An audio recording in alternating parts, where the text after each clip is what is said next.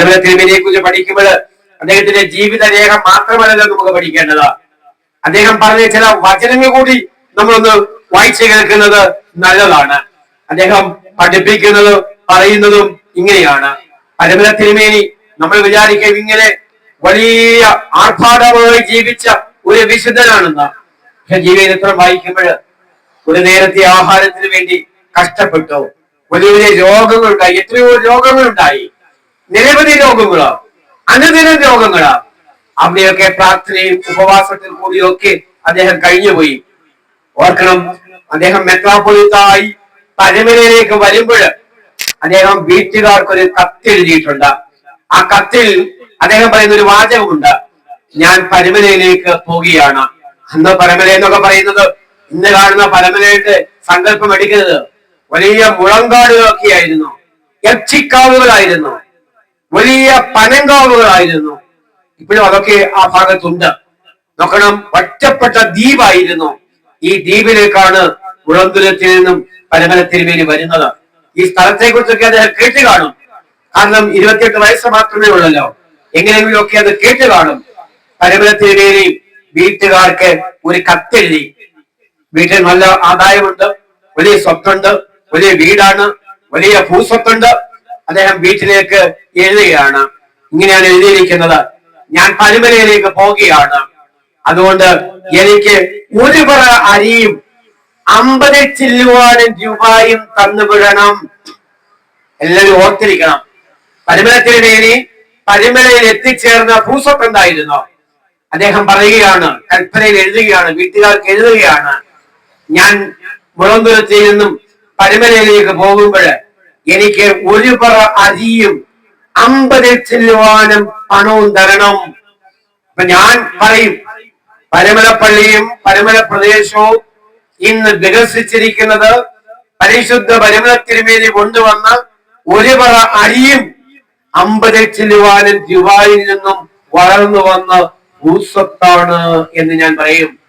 ഓർത്തിരിക്കണം, വളരെ ചെറിയ ഒരു പ്രാരംഭം.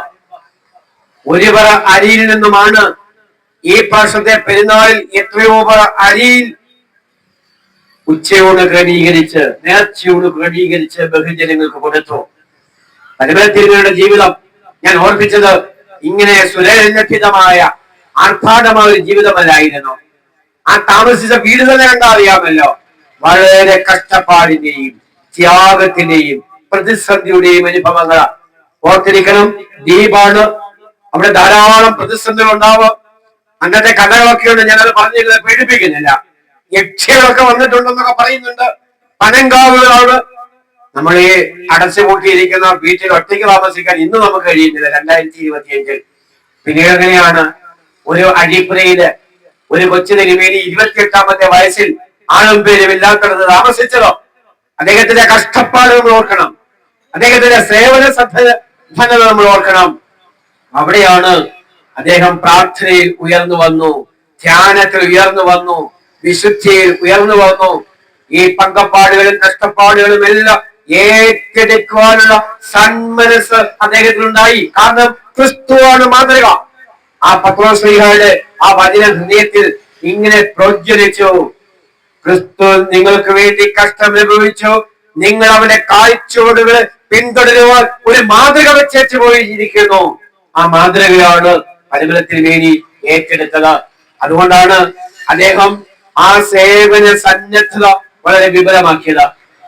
അദ്ദേഹത്തിന്റെ സേവനങ്ങളെ കുറിച്ച് പറയുമ്പോൾ ഞാൻ ഓർപ്പിക്കുകയുണ്ടായി, പരമല തിരുമേനി ദളിതരായ ആളുകളെ സഭയിൽ ചേർക്കണമെന്ന് പറഞ്ഞു. അധസ്ഥിതരായ ആളുകളെ 1895 പ്രസംഗമാണ് ഞാൻ ഓർപ്പിക്കുകയുണ്ടായി.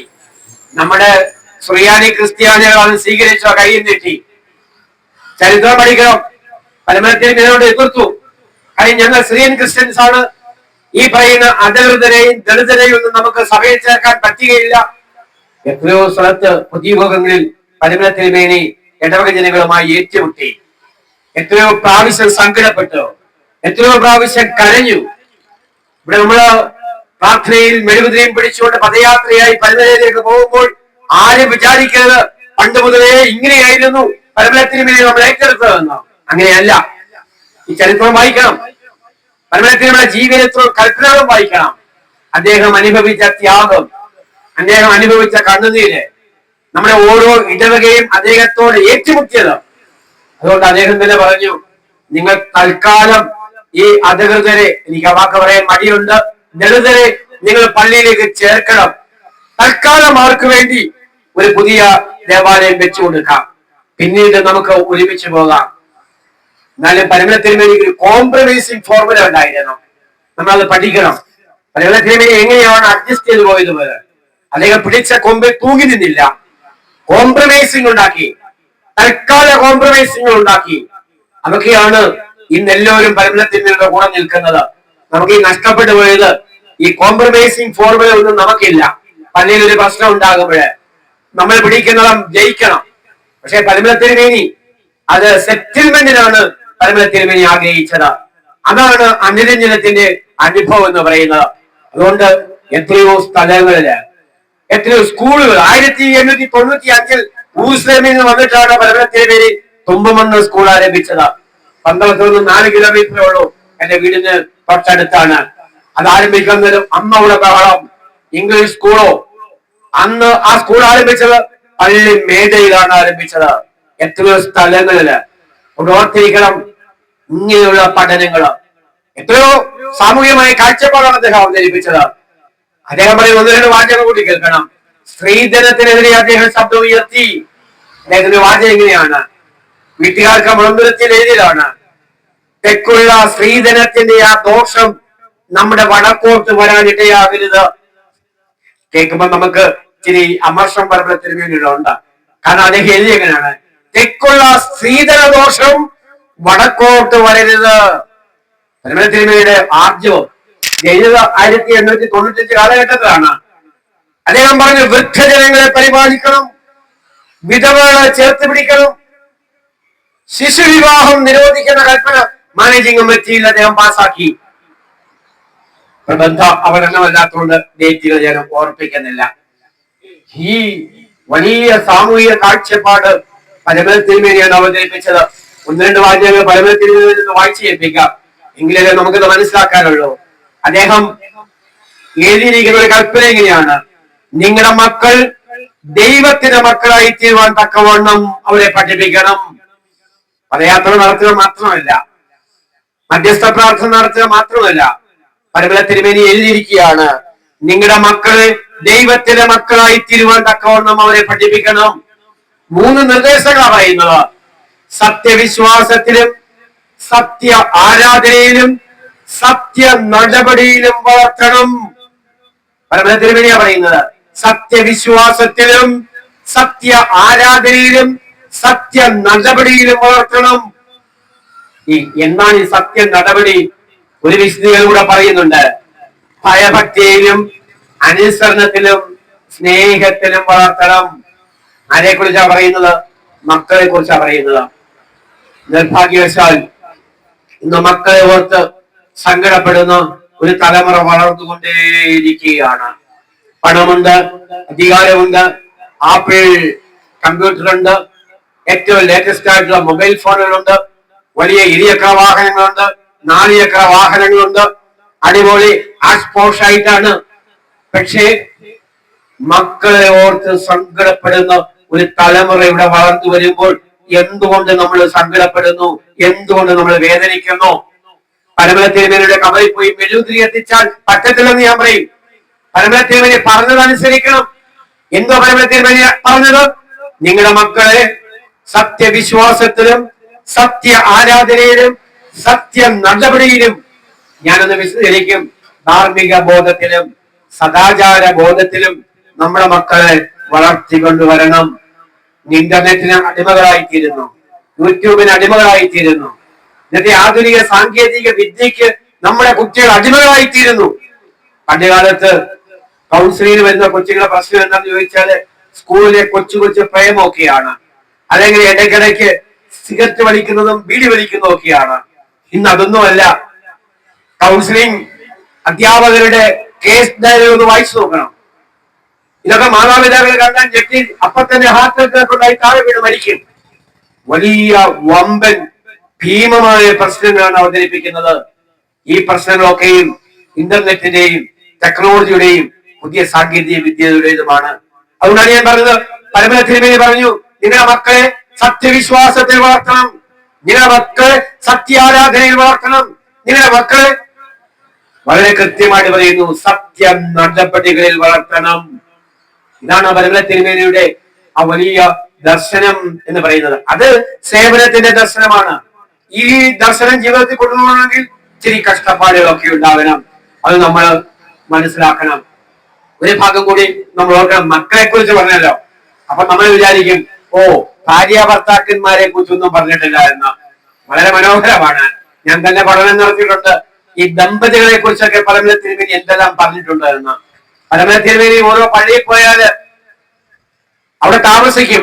മറ്റു വഴിയൊന്നുമില്ല, വളർത്തിലാ പോകുന്നതാ. അവിടെ താമസിക്കും.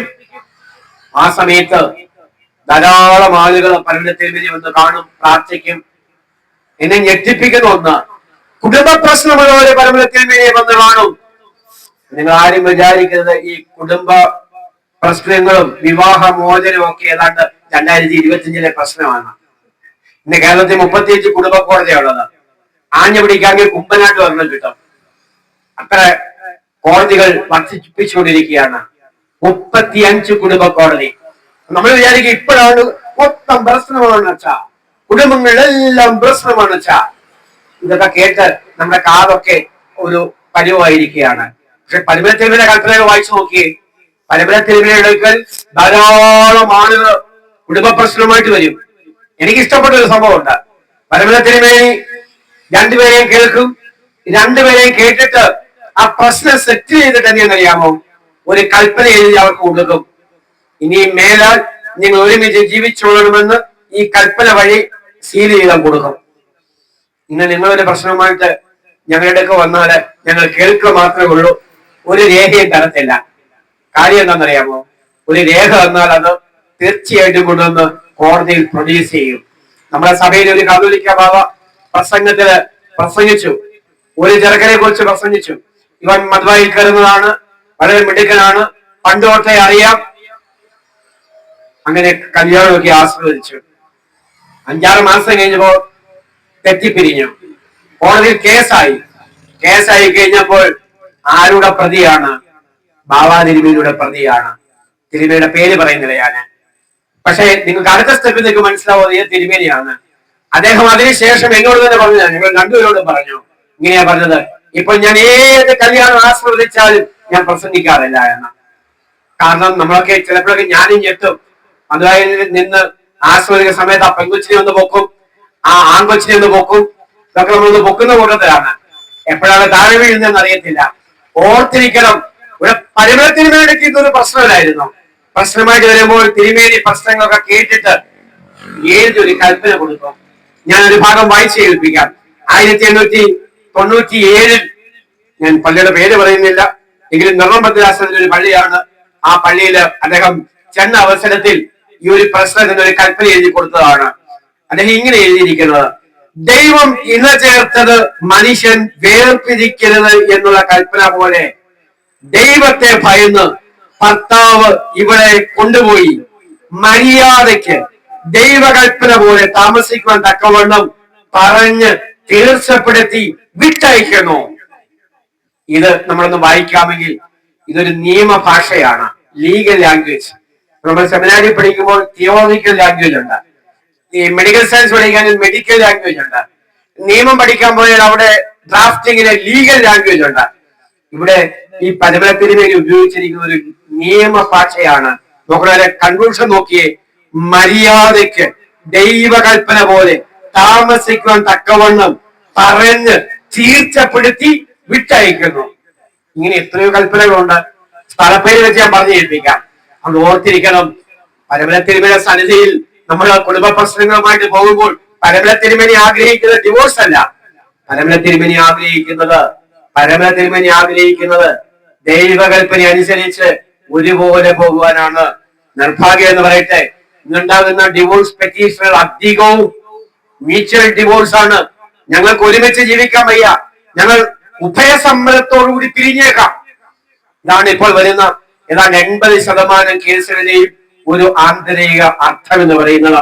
അതുകൊണ്ട് ഓർത്തിരിക്കണം. പരിമലത്തിന്മേലെ സന്ധ്യയിൽ നമ്മൾ പ്രാർത്ഥിക്കാൻ പോകുമ്പോൾ ചില മൂല്യങ്ങളൊക്കെ നമ്മളെ അദ്ദേഹം പഠിപ്പിക്കുന്നു എന്ന് ഓർത്തിരിക്കണം. അതുകൊണ്ട് ആ ഭാഗത്തേക്ക് ഞാൻ കിടക്കുന്നില്ല. മൂന്നാമത്തെ ഒരു ആശയം കൂടി പറഞ്ഞ് വാക്കുകൾ അവസാനിപ്പിക്കുകയാണ് ആഗ്രഹിക്കുകയാണ്. ഓർക്കണം, യേശു തമ്പുരാന്റെ മാതൃക എന്തായിരുന്നു? രണ്ടാമത് നമ്മൾ ചിന്തിച്ചത് സേവനത്തിന്റെയും കഷ്ടപ്പാടിന്റെയും മാതൃകയാണ്. പരിമലത്തിന്മേയുടെ മാതൃക അത് തന്നെയായിരുന്നു, സേവനത്തിന്റെയും കഷ്ടപ്പാടിന്റെയും മാതൃക. ആരെങ്കിലും ഒന്ന് പഠിക്കണം. പരിമലത്തിന്മേനി അനുഭവിച്ച കഷ്ടപ്പാടുകളുടെ ഒരു വലിയ ദീർഘമായ പട്ടിക ഉണ്ടാക്കണം. ഞാനിപ്പോൾ പരിമലത്തിന്മേയുടെ ജീവിതത്തിന്റെ 4 ഘട്ടങ്ങൾ ഉണ്ടാക്കിയതുപോലെ പരിമലത്തിന്മേനി അനുഭവിച്ച ത്യാഗത്തിന്റെ, പീഡനത്തിന്റെ, കഷ്ടപ്പാടിന്റെ ഒരു 4ഓ 5ഓ ഘട്ടങ്ങളൊന്നും എഴുതി ഉണ്ടാക്കിയേ. നമുക്ക് അതുകൂടി പഠിക്കാം. നമ്മൾ വിശുദ്ധനും പരിശുദ്ധനും എന്നൊക്കെ വാഴ്ത്തി പാഴ്ത്തുമ്പോൾ അദ്ദേഹം അനുഭവിച്ച, അല്ലെങ്കിൽ അദ്ദേഹത്തെ നമ്മൾ അനുഭവിപ്പിച്ച പീഡനങ്ങളുടെയും കഷ്ടങ്ങളുടെയും കഥന കഥ കൂടി വായിക്കുവാനും പഠിക്കുവാനും അനന്തര തലമുറ അത് മനസ്സിലാക്കുവാനും കൂടി നമുക്ക് കഴിയണം. പത്രോസ് ശ്ലീഹ പറയുന്നു, ക്രിസ്തുവിന്റെ മാതൃക നിങ്ങൾ പിൻപറ്റണം. എന്തായിരിക്കും ആ മാതൃക? അതുകൂടി പറഞ്ഞ് വാക്കുകൾ അവസാനിപ്പിക്കുകയാണ്. ഞാൻ പറയും മൂന്നാമത്തേത്, model of compassion and self sacrifice. A model of compassion and self sacrifice. കാരുണ്യത്തിന്റെയും ആത്മത്യാഗത്തിന്റെയും മാതൃക. കാരുണ്യത്തിന്റെയും ആത്മത്യാഗത്തിന്റെയും മാതൃക. യേശു തമ്പുരാന്റെ ജീവിതത്തിലെ ആ കാരുണ്യത്തിന്റെ മാതൃക എത്രയോ മാതൃകയാണ്. എത്രയോ രോഗികളാണ് അടുത്ത് വന്നത്. എത്രയോ അനാഥരും വിധവകളും പരദേശികളും ഒക്കെയാണ് തിരുമേനിയുടെ അടുക്കൽ വന്നത്, യേശു തമ്പുരാന്റെ അടുക്കൽ വന്നത്. അവരെ എല്ലാം സ്വാന്തനിപ്പിച്ചു. വൈദിക സെമിനാറിൽ ഒരു മനോഹരമായ പുസ്തകം എഴുതിയിട്ടുണ്ട്. ആ പുസ്തകത്തിന്റെ ടൈറ്റിൽ മാത്രം ഞാൻ പറയുന്നു, Jesus siding with the poor. യേശു പാവങ്ങളുടെ പക്ഷം ചേർന്നു. എല്ലിൽ തുടങ്ങുന്ന 3 വാക്കുകളുണ്ട്. യേശു ആരോടാണ് പക്ഷം ചേരുന്നത്? L for lost, L for last, L for least. ഇതിന്റെയൊക്കെ അർത്ഥം എന്താണ്?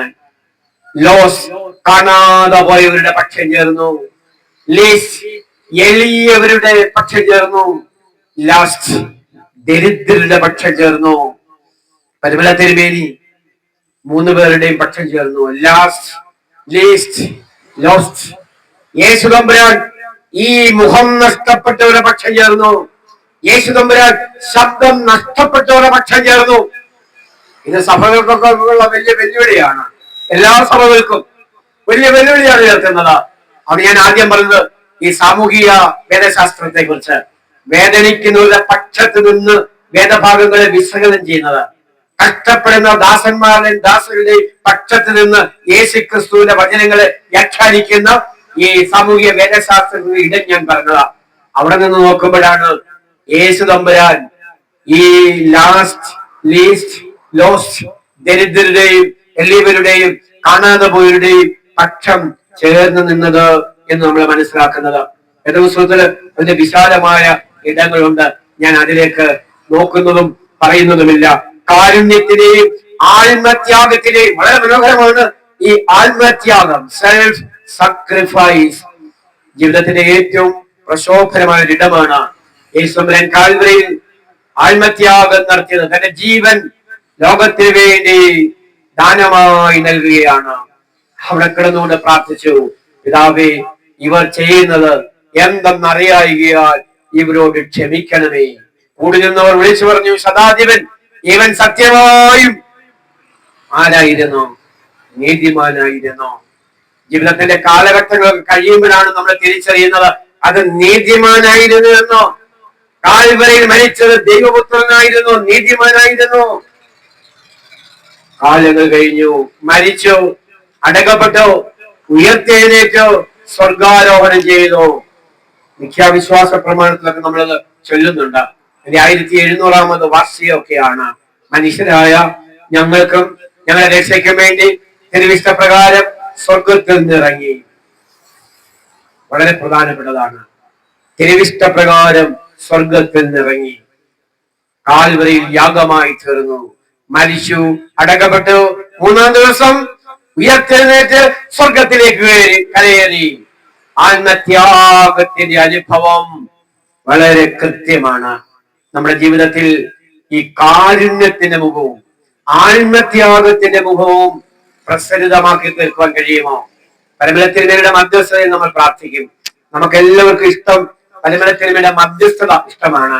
കുടുംബത്തെ അനുഗ്രഹം ഉണ്ടാവണം, കുഞ്ഞുങ്ങൾക്ക് ജോലി ഉണ്ടാവണം, നല്ല വിവാഹം ഉണ്ടാവണം, മക്കളുണ്ടാവണം, എത്രയോ ആഗ്രഹങ്ങളാണ്. ഈ പരിമളത്തിരുമേനിയുടെ അടുക്കൊന്ന് പ്രാർത്ഥിക്കുന്നവരുടെ ആഗ്രഹങ്ങളെല്ലാം ഒരു പേപ്പറിൽ ഒന്ന് എഴുതിയെടുത്തിരുന്നെങ്കിൽ എന്തെല്ലാം ആഗ്രഹങ്ങളാണ്. ദൈവമേ, എന്നെ നീതിയിൽ നടക്കണമേ. പരിശുദ്ധ പരിമളത്തിരുമേനി എനിക്ക് കാരുണ്യത്തിന് മുഖം നൽകണമേ. പരിശുദ്ധ പരിമളത്തിരുമേനി എനിക്ക് ആത്മത്യാഗത്തിന് അനുഭവം പകരണമേ. ഇങ്ങനെയൊക്കെ ആരെങ്കിലും പ്രാർത്ഥിക്കോ? ഇവിടെയാണ് യേശുദമ്പുരാന്റെ മാതൃക, ഈ കാരുണ്യത്തിന്റെ മാതൃക, ഈ ആത്മത്യാഗത്തിന്റെ മാതൃക പരിമളത്തിരുമേനിയിൽ കണ്ടെത്തുവാനായിട്ട് കഴിയുന്നത് എന്ന് പറയുന്നത്. അതുകൊണ്ട് അദ്ദേഹം പറയുന്നു, ഒന്ന് രണ്ട് വാചകം കൂടി നമ്മളൊന്ന് കേൾക്കണം. 7 ഉദ്ധരണികൾ ഞാൻ സൂക്ഷിച്ചിട്ടുണ്ട്, അതുകൂടി നമ്മൾ കേൾക്കണം. അദ്ദേഹം പറയുകയാണ്, കാരുണ്യത്തിന്റെ മുഖം നിങ്ങൾക്ക് വേണം, ആത്മത്യാഗത്തിന്റെ മുഖം നിങ്ങൾക്ക് വേണം. പരിമളത്തിരുമേനി പറയുകയാണ്, നിങ്ങൾ അനീതിക്കാരനെന്നോ മര്യാദകേടുകാരെന്നോ അന്യായക്കാരെന്നോ അഹങ്കാരികളെന്നോ വിരോധികളെന്നോ കേൾക്കുവാനിട്ട് വരരുത്. അത് കൊള്ളാം. അപ്പൊ പിന്നെ എങ്ങനെ നമുക്ക് പദയാത്ര നടത്താൻ പറ്റുന്നത്? അപ്പൊ പിന്നെ എങ്ങനെയാ കബറിടത്തിൽ പോയി പ്രാർത്ഥിക്കാൻ പറ്റുന്നത്? നമ്മൾ നമ്മുടെ ജീവിതത്തെ ശരിക്ക് ശോധന ചെയ്താൽ ആ കബറിടത്തിൽ 2 മിനിറ്റേ നിൽക്കാൻ പറ്റുന്നുള്ളൂ, അവിടെ അല്പസമയം നിൽക്കാൻ പറ്റുന്നുള്ളൂ. കാര്യം ഇടയ്ക്ക് ഞാൻ അവിടെ നിൽക്കുമ്പോൾ തന്നെ പേടി വരും. പരിമളത്തിരുമേനി കണ്ണു തുറന്ന് നോക്കുന്നു, പേടിച്ചു പോകും. കാര്യം അദ്ദേഹം പറയുന്നത് ഇങ്ങനെയാണ്, എന്നോട് പറയും, നമ്മോട് പറയും, നിങ്ങൾ അനീതിക്കാരനാകരുത്, നിങ്ങൾ മര്യാദകേടുകാരനാകരുത്, നിങ്ങൾ അന്യായക്കാരനാകരുത്, നിങ്ങൾ അഹങ്കാരിയാവരുത്, നിങ്ങൾ വിരോധി ആയിത്തീരരുത്. എന്നിട്ട് അദ്ദേഹം അതിന് സൊല്യൂഷൻ പറയുന്നുണ്ട്, സകല കാര്യത്തിലും തമ്മിൽ തമ്മിൽ തുണയായിരിക്കണം. കൊള്ളാമോ? തുണയാകേണ്ട ഭാര്യ ഭർത്താവ് തുണയല്ല, ഭർത്താവ് ഭാര്യയ്ക്ക് തുണയല്ല. ഇപ്പോഴാ പറയുന്നത്, നിങ്ങൾ തമ്മിൽ തമ്മിൽ തുണയാകണം. ഇടവക ജനങ്ങൾ തമ്മിൽ തമ്മിൽ തുണയാകണം. എന്തൊരടിയാ, എന്തൊരു ബഹളമാ, എന്തൊരു പ്രശ്നങ്ങളാണ്. അദ്ദേഹം പറയുന്നു, ഭവനങ്ങളിൽ ദൈവഭയം, സ്നേഹം, വെടിപ്പ്, ശുദ്ധത ഇതൊക്കെ നിറയണം എന്നാണ് അദ്ദേഹം പറയുന്നത്. ഓർക്കണം, ഇതാണ് ഈ ആത്മത്യാഗം. നമുക്ക് ഈ നിർമ്മലമായ ഹൃദയവും ശുദ്ധതയും ഒക്കെ ഉണ്ടാകണമെങ്കിൽ ഈ ആത്മത്യാഗത്തിന്റെ അനുഭവം നമ്മില് ഉണ്ടാകണം എന്ന് ഓർത്തിരിക്കണം. ഇനിയും സഹോദരന്മാരെ കുറിച്ച് അദ്ദേഹം പറയുന്ന ഒരു വാക്കുകൂടെ ശ്രദ്ധിക്കണം. എല്ലായിടത്തും സഹോദരങ്ങളും ഒക്കെ ഇച്ചിരി പിണക്കവും ഇച്ചിരി വെറുപ്പും ഇച്ചിരി പ്രതിസന്ധിയും ഒക്കെ എല്ലായിടത്തും ഉണ്ട്. അന്നും ഉണ്ട്, പരിമളത്തിരുമേനിയുടെ കാലത്തും ഉണ്ട്. ഇന്ന് പറയണ്ടല്ലോ. പരിമളത്തിരുമേനി പറയുന്ന ഒരു ഉത്തരവുണ്ട്, അത് 1901 എഴുതിയ കൽപ്പനയാണ്. 1902 അദ്ദേഹം ലോകത്തോട് യാത്രയായി. ജീവിതത്തിന്റെ സമാപന ഘട്ടത്തിൽ കുടുംബാംഗങ്ങൾക്ക് അദ്ദേഹം എഴുതുകയാണ്, സഹോദരന്മാർ തമ്മിൽ തമ്മിൽ ഒരിക്കലും വഞ്ചന പെരുമാറരുത്. ഈ പരിമളത്തിരുമേനിയുടെ എഴുത്തുകളൊക്കെ വായിക്കുകയാണെങ്കിൽ നമുക്ക് ശരിക്ക് കുത്തുകൊള്ളും, വേദന വരും, സങ്കടം വരും, നമ്മോട് പറയുന്നവർക്ക് തോന്നിക്കും. നമുക്ക് അദ്ദേഹം പറയുകയാണ്, സഹോദരന്മാർ തമ്മിൽ ഒരിക്കലും വഞ്ചന പെരുമാറരുത്. ഐക്യത്തിൽ നിന്ന് വിട്ടകലും തോറും നിങ്ങൾ ദൈവത്തിൽ നിന്ന് അകലും. ഐക്യത്തിൽ നിന്ന് അകലും തോറും നിങ്ങൾ ദൈവത്തിൽ നിന്ന് അകലും. സഹോദരന്മാർ തമ്മിൽ ഒരിക്കലും വഞ്ചന പെരുമാറരുത്. ഐക്യത്തിൽ നിന്ന് വിട്ടകലും തോറും ദൈവത്തിൽ നിന്ന് വിട്ടകലും നിശ്ചയം. ഞാനിങ്ങനെ കൽപ്പനകളൊക്കെ വായിച്ചു കഴിഞ്ഞാൽ നമ്മുടെ ഉറക്കം കെടും. പിന്നെ പരിമളത്തിരുമേനി അടക്കെ പോയി നിൽക്കാനുള്ള ആർജവും ശക്തിയും നഷ്ടപ്പെടും. അതിലേക്ക് ഞാൻ മുതിരുന്നില്ല. നമ്മളിങ്ങനെ വിശുദ്ധമായി പരിശുദ്ധ പരിമളത്തിരുമേനി എന്നൊക്കെ വലിയ വലിയ വിശേഷണങ്ങൾ അവതരിപ്പിച്ച് അങ്ങനെ ഊതി വീർപ്പിക്കുന്ന അവസരത്തിൽ പരിമളത്തിരുമേനി നമുക്ക് നൽകുന്ന ജീവമുഖങ്ങളുണ്ട്, ധാർമ്മിക മുഖങ്ങളുണ്ട്, സദാചാര മുഖങ്ങളുണ്ട്. അതേറ്റെടുക്കുവാൻ നമുക്ക് കഴിയുമോ? പരിമളത്തിരുമേനി, പരിശുദ്ധ പരിമളത്തിരുമേനി എന്ന് വിളിക്കുന്ന അത്രയും ശക്തിയിൽ പരിമളത്തിരുമേനി പഠിപ്പിച്ച ധാർമ്മിക മുഖങ്ങൾ നമുക്ക് ഏറ്റെടുക്കുവാനായിട്ട് കഴിയണം എന്ന് ഓർപ്പിക്കുകയാണ്. ഞാൻ ദീർഘിപ്പിക്കുന്നില്ല. പരിമല തിരുമയുടെ ജീവിതം വളരെ പ്രശാന്തമായിരുന്നു, അനുഗ്രഹീതമായിരുന്നു. ഇങ്ങനെയൊക്കെ ആണെങ്കിലും പരിമല തിരുമേനി ഇതൊക്കെ പഠിപ്പിച്ചിട്ടുണ്ടെങ്കിലും പരിമല തിരുമേനി നമ്മളെ സ്നേഹിക്കുന്നു. അനുദപിച്ച് സത്യ അനുതാപം നടത്തി പരിമല തിരുമയുടെ മധ്യസ്ഥതയിൽ എത്തിച്ചേരുമ്പോൾ അദ്ദേഹത്തിന്റെ കരങ്ങൾ ഉയർത്തി നമ്മളെ ആശ്രയിക്കുമെന്നാണ് ഞാൻ വിശ്വസിക്കുന്നത്. അത് നമ്മുടെ ഓർക്കുന്ന സഭയുടെ വലിയ വിശ്വാസങ്ങളാണ്. അതുകൊണ്ട് ഒരാളും നിത്യ പാപിയായിട്ട് അങ്ങനെ ഇരിക്കുകയില്ല. ഒരാളും എങ്ങനെ കർത്താവ് വരുന്നിടം വരെ പാപിയായി തിരിക്കുന്നു എന്ന് സഭ പഠിപ്പിക്കുന്നുമില്ല. നമ്മൾ അറിഞ്ഞും അറിയാതെയും തെറ്റുകളും കുറ്റങ്ങളും ദോഷങ്ങളും ഒക്കെ നമ്മുടെ ജീവിതത്തിൽ വരും. നമ്മളത് തിരിച്ചറിഞ്ഞ് അനുദപിച്ച് കുമ്പസാരം നടത്തി കണ്ണുനീര് വാർത്ത് പള്ളിയിൽ പോയി പ്രാർത്ഥിച്ച് ആരാധനയിൽ പങ്കുചേർന്ന് ജീവിതത്തെ ശുദ്ധീകരിച്ചു കഴിയുമ്പോൾ നമുക്ക് ലഭിക്കുന്നത് ഒരു ആത്മാനന്ദമാണ്, ഒരു വിശുദ്ധിയുടെ അനുഭവമാണ്. അതാണ് നമ്മുടെ സഭ പഠിപ്പിക്കുന്ന ദൈവീകരണ പ്രക്രിയ എന്നൊക്കെ പറയുന്നത്. നന്മയിലേക്ക് വളരുന്ന അനുഭവം. അത് വലിയ വേദശാസ്ത്ര പദമാണെങ്കിലും ഞാൻ ചെറുതായിട്ട് പറയുന്നത് ദൈവികതയിലേക്ക് വളരുക, നന്മയിൽ വളരുക, സ്നേഹത്തിൽ വളരുക, നീതിയിൽ വളരുക. ഇതൊക്കെയാണ് ആ വാക്കിന്റെ അർത്ഥം. പരിമല തിരുമേനി നമ്മളെ പഠിപ്പിക്കുന്നത് അതാണ് പത്രോസ്ലീഹ നമുക്ക് പറഞ്ഞു തന്നത്. നിങ്ങൾ ക്രിസ്തുവിന്റെ മാതൃക പിന്തുടരണം. ഇതിന്റെ പൗലോസ്ലീഹയുടെ പല ലേഖനങ്ങളുമുണ്ട്. ഇത് എല്ലാ സ്ലീഹന്മാരുടെയും എഴുത്തുകളുണ്ട്. വേദപുസ്തകത്തിലൊക്കെ നിറഞ്ഞു നിൽക്കുന്ന വലിയ സന്ദേശം നിങ്ങൾ ക്രിസ്തുവിന്റെ അനുകാരിയായി തീരണം. ആ വലിയ സന്ദേശമാണ് അവിടെ അവതരിപ്പിക്കുന്നത്. അതുകൊണ്ട് ഈ വേദഭാഗം ഒന്നുകൂടി വായിച്ച് എന്റെ വാക്കുകളിൽ നിർത്തുകയാണ്. 21 വാക്യം, പരിശുദ്ധനായ പത്രോസ്ലീഹയുടെ 1 ലേഖനം 2 അധ്യായം 21 വാക്യം. ക്രിസ്തുവും നിങ്ങൾക്ക് വേണ്ടി കഷ്ടമനുഭവിച്ചു, നിങ്ങൾ അവന്റെ കാഴ്ചയോട് പിന്തുടരുവാൻ ഒരു മാതൃക വെച്ചു പോയിരിക്കുന്നു. ഈ രാത്രി നമ്മോട് തന്നെ ചോദിക്കുക, എന്റെ ദൈവമേ, ഞാൻ ഏത് മാതൃകയാണ് പിന്തുടരുന്നത്? എന്റെ മുന്നിലുള്ളത് ഏത് മാതൃകയാണ്? ഏത് മാതൃകയുടെ പിന്നാലെയാണ് ഞാൻ അനുധാവനം ചെയ്തുകൊണ്ടിരിക്കുന്നത്? തെറ്റായ മാതൃകകളാണെങ്കിൽ തിരുത്തപ്പെടണം. നന്മ നിറഞ്ഞ മാതൃകകൾ, നീതിപൂർവമായ മാതൃകകൾ, വിശുദ്ധന്മാർ പകർന്ന മാതൃകകൾ, യേശു തമ്പുരാൻ പകർന്ന മാതൃക നമുക്ക് ജീവിതത്തിൽ പ്രായോഗികമാക്കുവാനായിട്ട് കഴിയണം. ഈ രാത്രിയിൽ 3 കാര്യങ്ങളാണ് പങ്കുവെച്ചത്. പരിശുദ്ധ പരിമല തിരുമേനിയുടെ ഈ 54 വർഷമുള്ള ഈ ഹ്രസ്വമായ ജീവിതം വളരെ പ്രകാശപൂരിതമാണ്. അതുകൊണ്ട് ഞാൻ എന്റെ പ്രസംഗത്തിലൊന്നും ഇങ്ങനെ പുണ്യശ്ലോഹനായ പരിമല തിരുമേനി, കാലം ചെയ്ത പരിമല തിരുമേനി എന്നൊന്നും ഞാൻ പറയാറേ ഇല്ല. കാരണം ഈ വിശുദ്ധരായവരും പരിശുദ്ധന്മാരും വലിയ വലിയ എഴുത്തുകാരും വലിയ വലിയ ഗുരുക്കന്മാരും ഒക്കെ അവർക്ക് മരണമില്ല, കാലാതീതമായി അവർ ജീവിക്കും. അപ്പോൾ ഒരിക്കൽ പോലും ഞാൻ കാലം ചെയ്ത ഗീവർഗീസ് മാർ ഒസ്താത്യോസ് തിരുമേനി എന്ന് പറയാറില്ല.